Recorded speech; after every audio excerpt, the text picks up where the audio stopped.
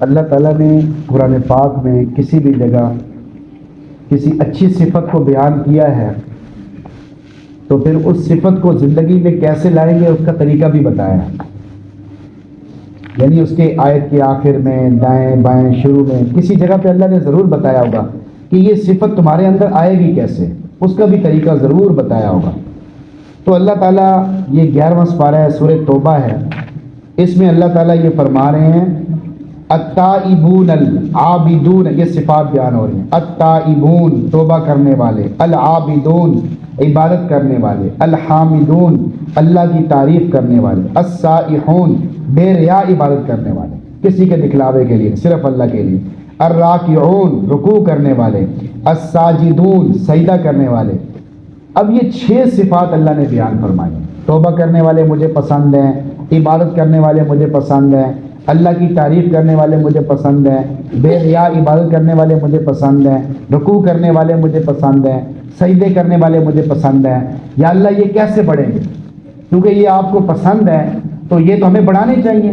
توبہ کرنے والے بندے بھی بڑھانے چاہیے، اللہ کی عبادت کرنے والے بھی بڑھانے چاہیے۔ تو اللہ نے آگے طریقہ بتایا، الآمرون بالمعروف والناہون عن المنکر، کہ نیکی کا حکم کرو، برائی سے منع کرو۔ نیکی کا حکم کرو گے، برائی سے منع کرو گے، خود بھی نماز پڑھو، دوسروں کو بھی نماز پڑھنے کا کہو، خود بھی دین کے کام کرو، دوسروں کو بھی دین پر لانے کی فکر کرو۔ یہ کرو گے، خود بخود توبہ کرنے والے بڑھیں گے، خود بخود عبادت کرنے والے بڑھیں گے، خود بخود اللہ کی تعریف، خود بخود دین کے لیے زندگیاں لگانے والے لوگ بنیں گے۔ لوگ اپنی زندگیاں اللہ اور اس کے رسول کے لیے وقف کریں، خود بخود۔ کب؟ اس صورت میں جب آپ دوسروں کو نیکی کا حکم کریں۔ ایک بزرگ فرماتے ہیں، جب میں اپنے اندر کسی چیز کی کمی دیکھتا ہوں کہ یار میری تسبیحات رہ رہی ہیں، قرآن میں سستی ہو رہی ہے، دین کے کسی کام میں سستی ہو رہی ہے، تو میں دوسروں کو ترغیب دینا شروع کر دیتا ہوں، بھائی قرآن پڑھا کرو، اس سے اللہ مجھے توفیق دے دیتے ہیں، بھائی نماز کا اہتمام کیا کرو، اس سے اللہ مجھے توفیق دے دیتے ہیں، بھائی والدین کا احترام کیا کرو، اس سے اللہ تعالیٰ مجھے توفیق دیتے ہیں۔ تو یہ بڑا بہترین ہے کہ آدمی دوسروں کو دعوت دینا شروع کر دے تو وہ بہترین پکا سچا مسلمان بن جائے گا۔ اللہ تعالیٰ اسے بار بار توبہ کی توفیق دیں گے، بار بار عبادت کی توفیق دیں گے، بار بار اللہ کی تعریف کرنے کی توفیق دیں گے، بار بار بے ریا عبادت کرنے کی توفیق دیں گے، بار بار رکوع کرنے کی توفیق دیں گے، بار بار سجدے کرنے کی توفیق دیں گے۔ اور جس بندے میں توبہ بھی آ گئی، عبادت بھی آ گئی، تعریف بھی آ گئی، بے ریا عبادت بھی آ گئی، رکوع بھی آ گئے، سجود بھی آ گئے، نیکی کا حکم بھی آ گیا، برائی سے منع کرنا بھی اس نے شروع کر دیا، والحافظون لحدود اللہ، یہ بہت پکا سچا مسلمان بنے گا۔ اس کے مقابلے میں پھر شیطان اس سے ڈرے گا کہ یار یہ تو میرے قابو میں ہی نہیں آتا، یہ تو فوراً لا حول پڑھتا ہے، فوراً اعوذ باللہ پڑھتا ہے، والحافظون لحدود اللہ، یہ بندہ اللہ کی حدود کی صحیح معنوں میں 100 نمبر لے گا۔ یہ وہ اللہ کی حدود کی حفاظت کرنے میں یہ 100 نمبر لے گا۔ وبشر المؤمنین، آپ سارے مسلمانوں کو خوشخبریاں سنائیں، کوئی تھوڑا کر رہا ہے اس کو بھی خوشخبری سنائیں، کوئی زیادہ کر رہا ہے اس کو بھی خوشخبری سنائیں، کوئی کوئی نماز کا بھی اہتمام کرتا ہے، نفلوں کا بھی اہتمام کرتا ہے، اس کو بھی خوشخبری سنائیں، کوئی صرف نماز کا اہتمام کرتا ہے اس کو بھی خوشخبری سنائیں، جو جتنا کر رہا ہے اس کو اتنی خوشخبری سنائیں، کسی کو بھی مایوس نہ کریں، کسی کو بھی کچھ نہ کہیں۔ اگلی بات جو 1-2 درس پہلے شاید اس میں بات آئی تھی، نبی کے لیے جائز نہیں، ما کان للنبی، نبی کے لیے جائز نہیں، والذین آمنوا، مسلمانوں کے لیے بھی جائز نہیں، ان یستغفروا للمشرکین، کہ وہ مشرکوں کے لیے جو دنیا سے شرک کی حالت میں، کفر کی حالت میں چلے گئے ہیں، ان کے لیے استغفار کریں، یہ جائز نہیں۔ ولو کانوا اولی قربا، چاہے ان کے قریبی رشتہ دار کیوں نہ ہوں، من بعد ما تبین لهم، جبکہ ان کے سامنے یہ بات واضح ہو گئی، انہم اصحاب الجحیم، کہ وہ دنیا سے بغیر کلمے کے چلے گئے۔ ایک عیسائی مسلمان ہوا تھا، وہ اس کا پتہ نہیں کیا نام تھا، لاہور کا جو ہے، وہ بڑا زبردست اس نے مدرسے میں آ کر بیان کیا، اور وہ رو رہا، اور اتنا وہ پہلے عیسائی تھا، بھی اللہ نے اس کو مسلمان ہونے کی توفیق دی، اس کا بڑا زبردست نام ہے، میرے ذہن سے نکل گیا، کافی انٹرویو کر رہا ہے، کافی لوگوں کو اس سے فائدہ ہو رہا ہے۔ تو وہ رو رہا تھا، وہ کہہ رہا تھا میں سب کے لیے دعا کر سکتا ہوں لیکن اپنے والد کے لیے دعا نہیں کر سکتا، کیونکہ میرا والد کہتا تھا یہ تو بے وقوف ہے مسلمان، یہ تو پتہ نہیں کن چیزوں کے پیچھے پڑے ہوئے ہیں، تو اب وہ کدھر ہوگا، اس کے لیے میں دعا بھی نہیں کر سکتا۔ آگے اللہ تعالیٰ فرما رہے ہیں کہ ابراہیم علیہ السلام، اب ایک دل میں خیال پیدا ہوتا ہے کہ ابراہیم علیہ السلام نے تو اپنے والد کے لیے استغفار کیا تھا، تو اللہ تعالیٰ کہہ رہے ہیں وما کان استغفار ابراہیم علی ابیہ، ابراہیم علیہ السلام نے جو اپنے والد کے لیے استغفار کیا تھا وہ ان کو پتہ چلنے سے پہلے تک تھا. جب ان کو اللہ نے بتا دیا کہ انہوں نے ایمان نہیں لانا، پھر انہوں نے استغفار فلما تبین له انه عدو للہ، جب انہیں پتہ چل گیا کہ یہ اللہ کا دشمن ہے، تبرأ من، ان کو چھوڑ دیا، ان کے لیے پھر دعا کرنا چھوڑ دی. ان ابراہیم لأواہ حلیم، بے شک ابراہیم علیہ السلام بڑی آہیں بھرنے والے اور بڑے صبر کرنے والے تھے. آہیں بھرنے والے اللہ کے خوف سے، اللہ کے شوق میں. اور وہ لوط علیہ السلام کی قوم کے لیے عذاب کے لیے فرشتے آئے، ان کے گھر میں وہ مہمان ٹھہرے، تو انہوں نے ان کو کچھ کھلانا چاہا. انہوں نے کہا جی ہم تو فرشتے ہیں، بعد میں بتا دیا. تو کہا بھائی پھر کدھر جا رہے ہو؟ کہا ہم تو وہ لوط علیہ السلام کی قوم کو عذاب دینے کے لیے جا رہے ہیں. تو بس فوراً مصلی لیا، یا اللہ ان کو معاف کر دے، یا اللہ ان کو معاف کر دے، یا اللہ وہ تیرے بندے ہیں. اچھا، اللہ تعالیٰ نے یہ الفاظ فرمائے ہیں، یعنی تفسیروں میں آتا ہے کہ ابراہیم تو میرے پیچھے ہی پڑ گیا، ابراہیم نے مجھے نہیں چھوڑا کہ یا اللہ ان کو معاف کر، یا اللہ ان کو معاف کر، تیرے بندے ہیں. تو پھر آخر اللہ تعالیٰ نے فرمایا کہ یہ عذاب طے شدہ ہے، یہ عذاب طے شدہ ہے، میں نے ان کو معاف نہیں کرنا. تو پھر یعنی انہوں نے وہ چھوڑا، ورنہ وہ پیچھے ہی پڑ گئے، یعنی کہتے رہے، اللہ سے عرض کرتے رہے. آگے ایک اور جگہ اللہ فرما رہے ہیں اولا یرون، کیا تمہیں نظر نہیں آتا انہم یفتنون فی کل عام مرہ، میں ہر سال میں تمہارے اوپر ایک بڑی آزمائش لے کے آتا ہوں. سیلاب آ گیا، زلزلہ آ گیا، کوئی بڑی مصیبت آ گئی، کوئی بھی مسئلہ کسی طرح کا بھی آ گیا. دیکھو کیسی عجیب بات ہے، اللہ کہہ رہے ہیں ہر سال میں، کیا تمہیں نظر نہیں آتا ہر سال میں ایک مرتبہ یا 2 مرتبہ میں تمہیں ضرور آزماتا ہوں. ثم لا یتوبون، پھر بھی وہ توبہ نہیں کرتے، پھر بھی تم لوگ توبہ نہیں کرتے، اور نہ ہی یہ لوگ نصیحت حاصل کرتے ہیں، توبہ کی طرف بھی نہیں آتے اور نصیحت کی طرف بھی نہیں آتے. اللہ تعالیٰ ہر سال میں 1 مرتبہ یا 2 مرتبہ کوئی بڑی مصیبت لے کے آتے ہیں. اب ہم اس کو دیکھ رہے ہوتے ہیں، اپنی آنکھوں سے دیکھ رہے ہیں کہ یہ مصیبت ہے، لیکن اس سے عبرت حاصل نہیں کرتے. کسی جگہ پہ زلزلہ آ گیا، کسی جگہ پہ کوئی مصیبت آ گئی. آج فلسطین کے حالات دیکھ لیں کہ وہاں کتنا یعنی ظلم ہو رہا ہے اور کتنا یعنی ان کو نقصان پہنچ رہا ہے. مسلمان قدم قدم پہ شہید ہو رہے ہیں، مظلوم بچے، مظلوم عورتیں وہاں پہ وہ شہید ہو رہی ہیں. اگر ان کی کسی نے بھی مدد نہ کی تو کل کو ہمارا نمبر ہے. مسلمان تو اگر دوسرے مسلمان کی مدد نہیں کرے گا تو کافر جب ان کو مار کے بیٹھ لیں گے تو پھر اس کے بعد انہی کی طرف آئیں گے اور کس کی طرف آئیں گے. تو یہ تو مسلمانوں کا آپس میں جو جوڑ ہے، اجتماع ہے، ہر آدمی کا آپس میں رشتہ ہے، کوئی رنگ نہیں، کوئی نسل نہیں، کوئی قبیلہ نہیں، کوئی علاقہ نہیں، کچھ بھی نہیں. بھائی لا الہ الا اللہ محمد رسول اللہ، بس میرا بھائی ہے.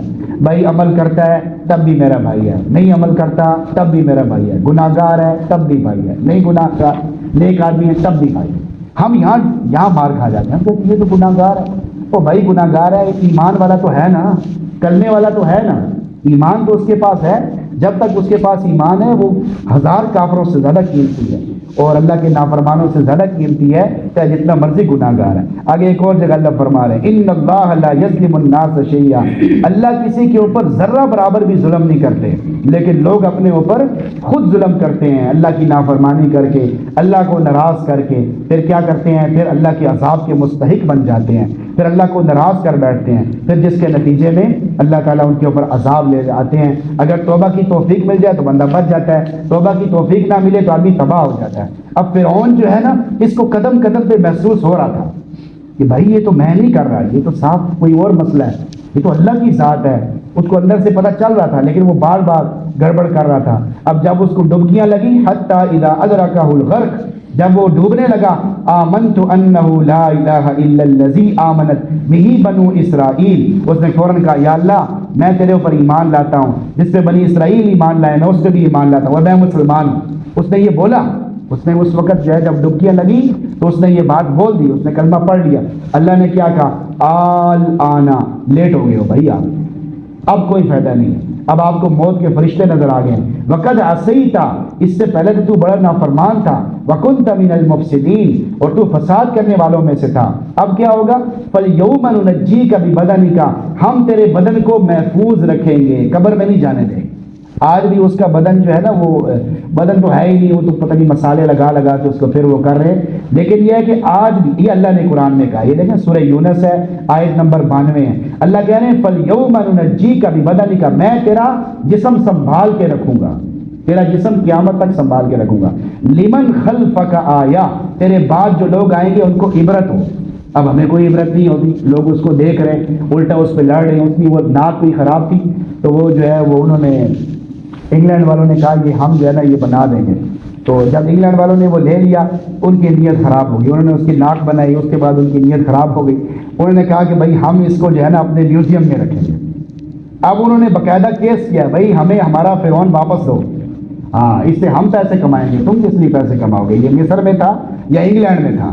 انہوں نے باقاعدہ کیس کیا، پھر وہ کیس چلتا رہا، پھر آخر وہ کیس جیت گئے کہ بھائی اپنے پیسے لو، تم نے جو اس کی ناک بنائی ہے نا اب یعنی وہ کوئی اور ہی سسٹم چل پڑا ہے، بس اس کو ایک شغل میلے کے طور پہ دیکھ رہے ہیں۔ حالانکہ اس آیت کو سامنے رکھ کے دیکھیں تو اللہ نے کہہ رہے ہیں میں سنبھال کے رکھوں گا تیرے جسم کو اور قیامت تک آنے والے لوگوں کے لیے عبرت بناؤں گا، لیکن وہ کسی اور ہی اس میں لگے ہیں، وہ کیس کر کے بڑی تگ و دو کر کے اپنا فرعون واپس لیا اور اس سے پیسے کما رہے ہیں، لوگ آ رہے ہیں اندر جا رہے ہیں اور اس سے وہ پیسے کما رہے ہیں، یعنی وہ بھی ایک پکنک پوائنٹ بن گیا۔ کیا بن گیا؟ پکنک پوائنٹ، بس کہ اس سے آدمی جو ہے نا اپنے ہم پیسے کمائیں، دنیا کے فائدے اٹھائیں، حالانکہ وہ بہت بڑی عبرت ہے۔ وہ کہتا تھا انا ربکم الاعلی، میں تمہارا سب سے بڑا رب ہوں۔ اب کیسی اس حالت میں، پتہ نہیں کس عذاب میں یعنی وہ پڑا ہوا۔ آگے ایک اور اللہ تعالیٰ بیان فرما رہے ہیں، نوح علیہ السلام نے دعا کی، ونادى نوح ربہ فقال رب ان ابنی من اہلی، میرے رب یہ بیٹا تو میری اولاد ہے، وَإِنَّ وَعْدَكَ الْحَقُّ وَأَنْتَ أَحْكَمُ الْحَاكِمِينَ، اور آپ کا وعدہ بھی سچا ہے اور آپ تمام حاکمین میں سے، حکمت والوں میں سے بڑی حکمت والے ہیں، تو یہ میرا بیٹا کیوں ڈوب رہا ہے؟ قال یا نوح إِنَّهُ لَيْسَ مِنْ أَهْلِكَ، اے نوح یہ تیری اہل میں سے نہیں ہے، اگر ایمان لاتا تو تیری اہل میں سے ہوتا، یہ ایمان نہیں لایا اس لیے اس کا تیرے سے کوئی تعلق نہیں۔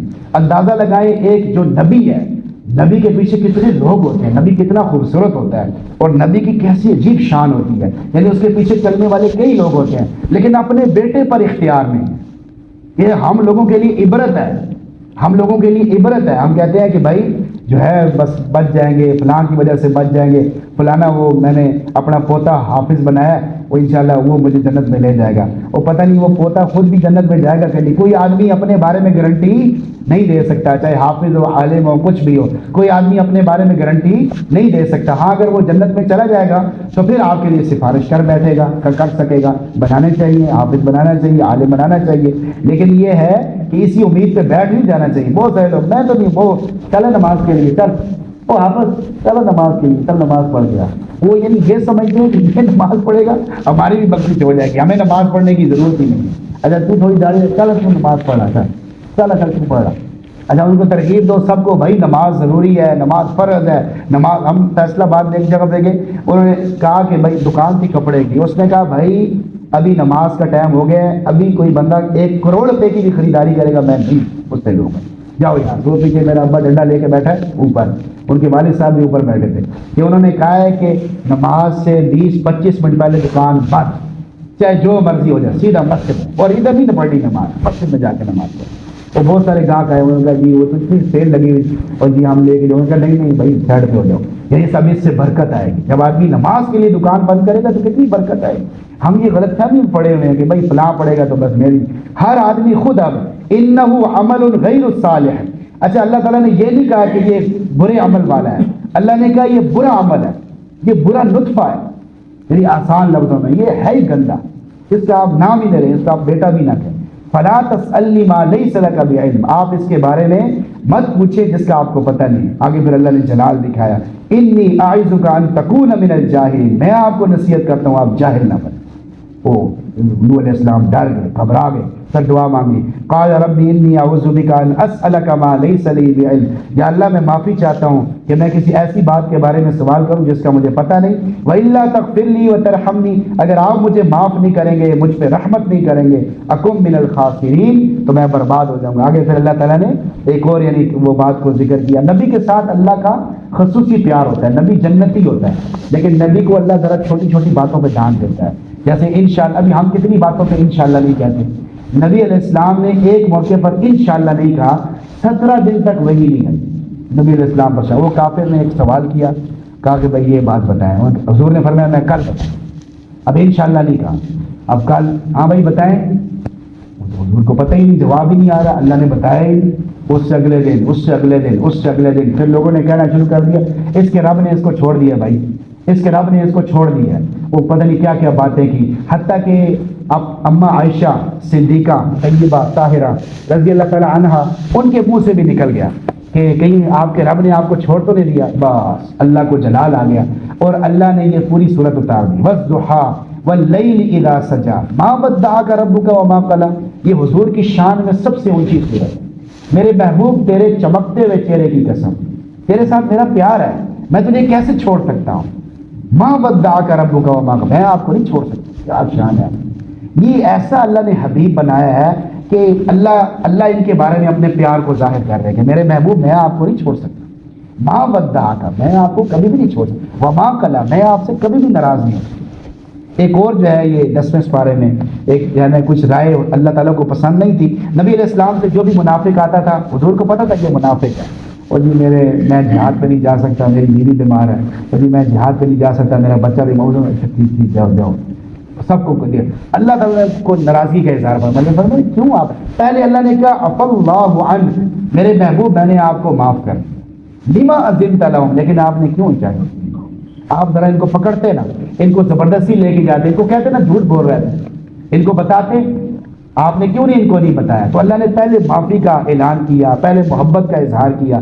ایسے کئی واقعات ہیں، ایک نہیں کئی واقعات ہیں۔ تو اللہ کا نبیوں کے ساتھ خصوصی پیار ہوتا ہے، خصوصی محبت ہوتی ہے، تو ان کو بھی کس ذرا سی بات پہ ڈانٹ دیتے ہیں، لیکن یہ ہمارے لیے باعث عبرت ہے کہ جب ان کا بیٹا اور ابراہیم علیہ السلام کا والد لوط علیہ السلام کی بیوی جب وہ ان کو ہدایت نہیں ملی تو ہماری بھی کوئی نسبت نہیں چلے گی کہ میں فلاں کا پوتا ہوں، فلاں کی اولاد میں سے ہوں، میں سید ہوں۔ بھائی سید ہونے کا کوئی فائدہ نہیں ہے اگر آپ نمازیں نہیں پڑھیں گے، قرآن نہیں پڑھیں گے، دین کے کام نہیں کریں گے، کوئی فائدہ نہیں ہے۔ یہ بہت بڑی جہالت اور بہت بڑی نادانی ہے۔ ایمان ہونا چاہیے، اخلاق ہونا چاہیے، کردار ہونا چاہیے۔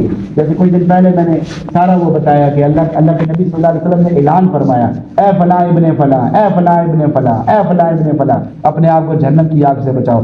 آخر میں اپنی بیٹی کا نام لیا، اے فاطمہ بنت محمد، اپنے آپ کو جہنم کی آگ سے بچا، فإنی لا أملك لك من الله ذرا۔ یہ صحیح حدیث ہے کہ میں اللہ کے سامنے تیرے لیے ذرہ برابر نفع نقصان کی ملکیت نہیں رکھتا۔ ہاں رشتہ داری کا تھوڑا بہت فائدہ ہوگا، جب تمہارے اندر ایمان ہوگا تو پھر میں تمہیں فائدہ پہنچا سکوں گا، اگر تمہارے اندر ایمان نہیں ہوگا تو فائدہ بھی نہیں پہنچا سکوں۔ اس لیے قرآن کے ساتھ جڑیں، قرآن پڑھیں سنیں سمجھیں، تاکہ ہمارے دلوں سے نحوست نکلے، فضول چیزیں نکلیں، ہمیں سکون ملے، ہم کئی لوگوں کے سکون کا باعث بنیں۔ بچوں کو سکون ملے، آدمی کی ذات سے بچوں کو سکون ملے، بیوی کو سکون ملے، رشتہ داروں کو سکون ملے، دیکھ کے مزہ آئے۔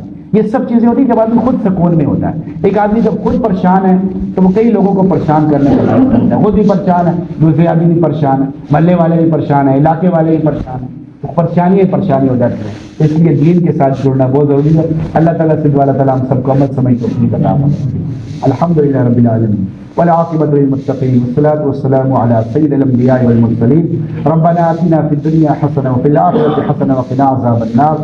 یا اللہ جو کچھ کہا گیا تم نے اس پہ عمل کرنے کی توفیق عطا فرما، دین کے کاموں کی ہمت، طاقت، قوت، شوق ذوق عطا فرما، 5 وقت کی نماز اہتمام سے پڑھنے کی توفیق عطا فرما، رمضان کے روزوں کا اہتمام نصیب فرما، تراویح کا اہتمام نصیب فرما، ہمارے گھروں میں چین سکون راحتیں برکتیں الفتیں محبتیں پیدا فرما، ہر گھر سے لڑائی جھگڑے فسادات نفرتیں عداوتیں ختم فرما، بچوں کو والدین کا فرما بردار بنا، والدین کو بچوں پہ شفقت نصیب فرما۔ یہ جتنے بھائی بیٹھے ہیں جس کی کوئی جائز حاجت ہے، کوئی پریشانی ہے، کوئی مسئلہ ہے، سب کے معاملات کو حل فرما۔ یا اللہ فلسطین کے مظلوم مسلمانوں کی مدد فرما، مظلوم عورتوں کی مدد فرما، مظلوم بچوں کی مدد فرما۔ یا اللہ ان کی غیبی امداد فرما۔ یا اللہ دل کڑتا ہے، دل پسیجتا ہے، لیکن ہمارے اختیار میں کچھ نہیں، ہم کچھ نہیں کر سکتے، ہم بڑے عاجز ہیں، لاچار ہیں، لیکن تو بڑی شان والا ہے، تو بڑی قدرت والا ہے۔ یا اللہ تو ان کی غیبی امداد فرما، ان کی غیبی نصرت فرما، غیب کے خزانوں سے ان کی مدد فرما، مسلمانوں کو جاگنے کی توفیق عطا فرما۔ یا اللہ جو مانگے وہ بھی عطا فرما، نہیں مانگ سکے لیکن مانگے ہی عطا فرما۔ صلی اللہ تعالی علی خیر خلق محمد وعلی آلہ وصحبہ اجمعین برحمتک۔